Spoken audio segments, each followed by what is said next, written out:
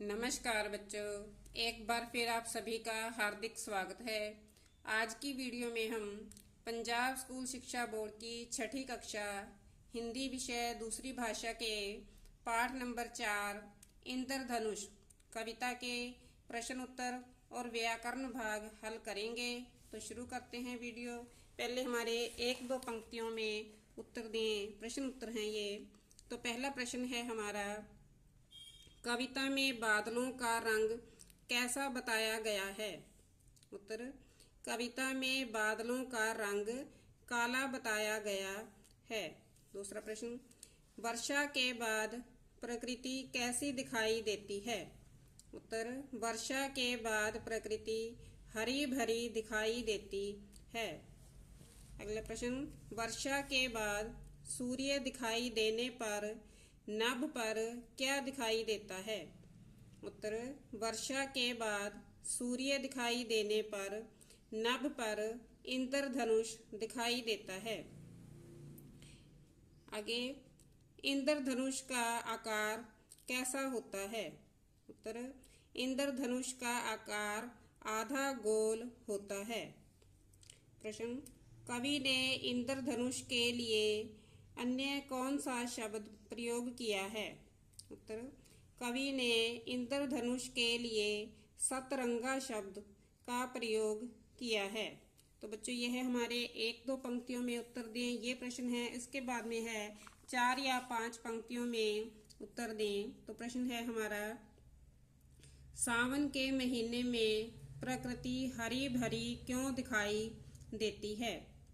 उत्तर, सावन के महीने में काले काले बादल उमड़ते हैं, बारिश होती है, धरती महकती है, पेड़ पौधे साफ हो जाते हैं। इस प्रकार प्रकृति हरी भरी दिखाई देती है। अगला प्रश्न, इस माह की अन्य विशेषताएं क्या है? उत्तर, इस माह में आसमान में घने काले बादल उमड़ते हैं, सभी खुश हो जाते हैं, बारिश होने से गर्मी कम हो जाती है, मोर नाचते हैं, कुदरत हरी भरी हो जाती है, आकाश में इंद्रधनुष दिखाई देता है। अगला प्रश्न, वर्षा ऋतु से हमें मुस्कुराते रहने का क्या संदेश मिलता है?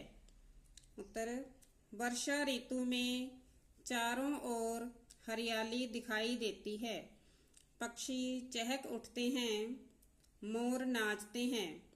जिस प्रकार वर्षा ऋतु खुशी से मुस्कुराती हुई सतरंगी हो जाती है, हमें भी मुस्कुरा कर खुशियों के रंग बिखेरने चाहिए। अगला प्रश्न, इंद्रधनुष में कौन कौन से रंग होते हैं? उत्तर, बैंगनी, जामुनी, नीला, हरा, पीला, नारंगी यानी कि संतरी और लाल रंग होते हैं।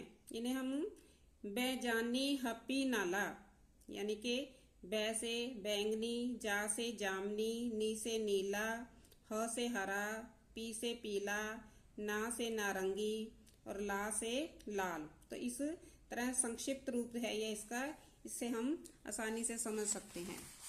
आगे है, यदि वर्षा ना हो तो क्या होगा? उत्तर, यदि वर्षा ना हो तो सूखा पड़ जाएगा, फसलें नहीं होंगी, अकाल पड़ जाएगा, जीव जंतु भूख प्यास से मर जाएंगे। अगला प्रश्न, यदि वर्षा अधिक होगी तो क्या होगा?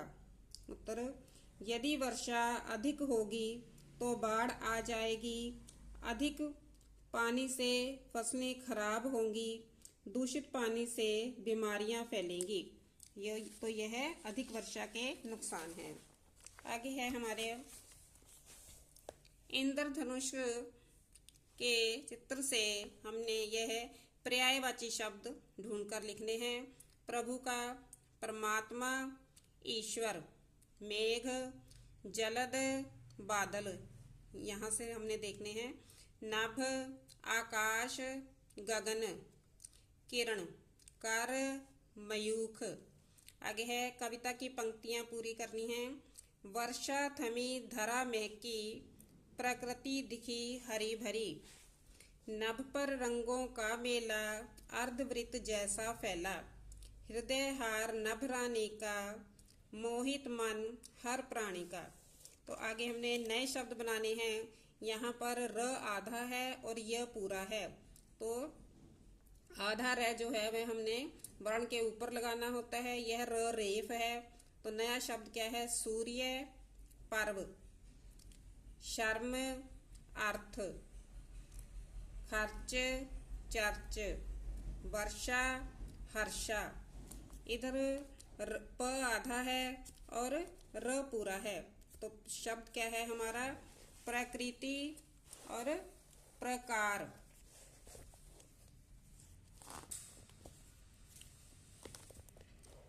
पहला शब्द है प्रकृति प्रकार। आगे क आधा और र पूरा, आक्रमण क्रम, द आधा र पूरा, मुद्रा। और अगला शब्द है सुरेंद्र, द के पैर में र, सुरेंद्र। आगे है ब आधा र पूरा, सब्र कब्र। आगे है चित्र देखकर अपनी कल्पना से हमने 5 वाक्य लिखने हैं। तो इस चित्र को बच्चों ध्यान से देखना है और सोचो कि आपको क्या दिखाई दे रहा है। तो इसी के आधार पर हम आगे वाक्य बनाएंगे। क्या है कि रिमझिम बारिश हो रही है, बादल छाए हुए हैं, लड़कियां झूला झूल रही हैं, बच्चे पानी से नहा रहे हैं, पक्षी घोंसलों की ओर उड़ रहे हैं और चारों तरफ पानी ही पानी है। तो बच्चों यह आपकी इंद्रधनुष कविता क्या हमने प्रश्न उत्तर, व्याकरण भाग और चित्र देखकर पूरा करना यह काम किया है। तो बच्चों यह आप अपनी कॉपी पर लिख लीजिए, अच्छे से कविता पढ़िए और समझ कर करना। बच्चों ध्यान रखो, खुश रहो, धन्यवाद।